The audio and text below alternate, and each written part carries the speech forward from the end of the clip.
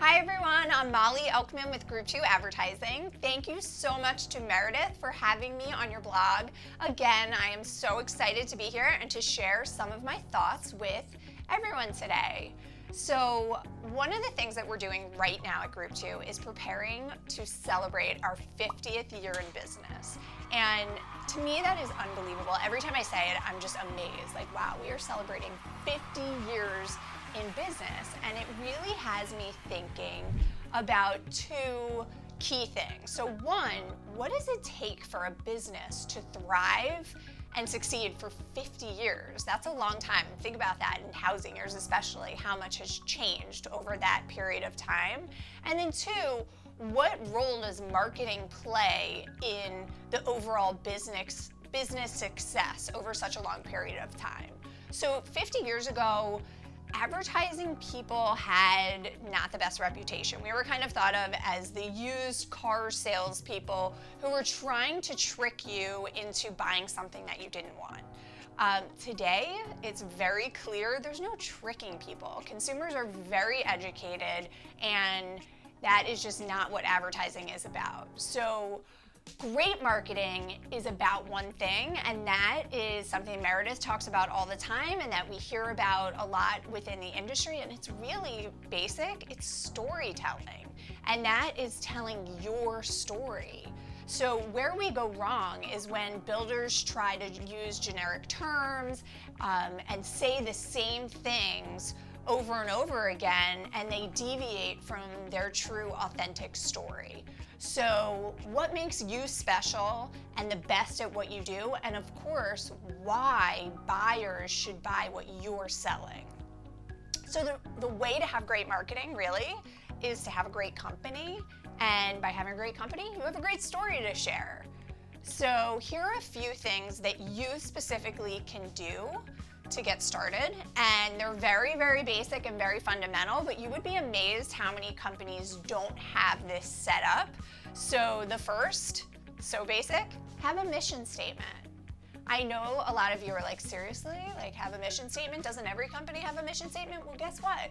No. Your statement that is outward facing to customers and buyers, that's not your mission statement. A mission statement is really an internal document about your company and what you stand for and what your vision is. And your salespeople can't execute on your vision if they don't know what that is.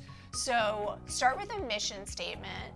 The second thing is to reiterate that mission statement in your work environment.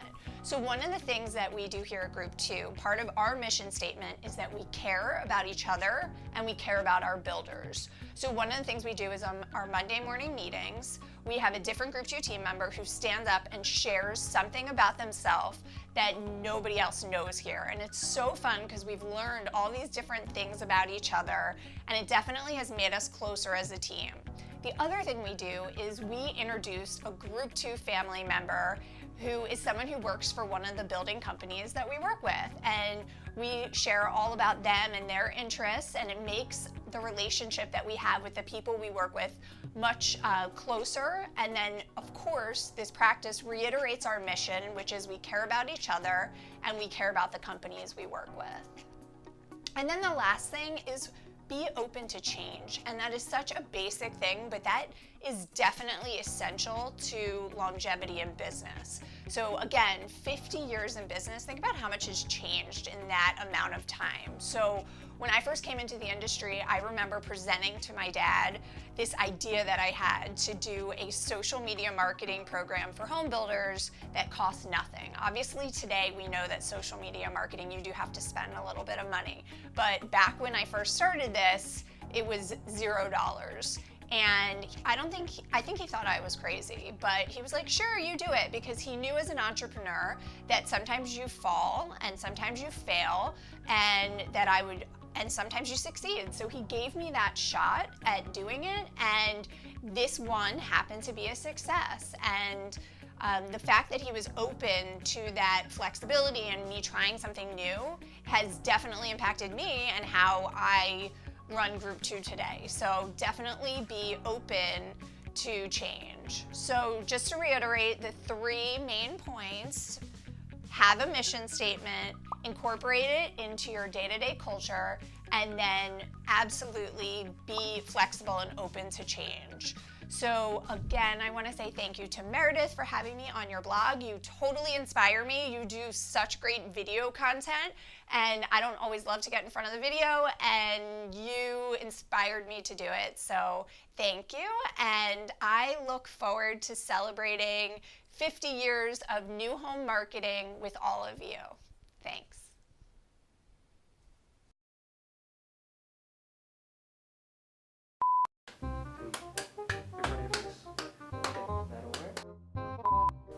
Okay, it's already going? Okay, cool. And it was thought that we were, you know, no, I messed that part up. Okay.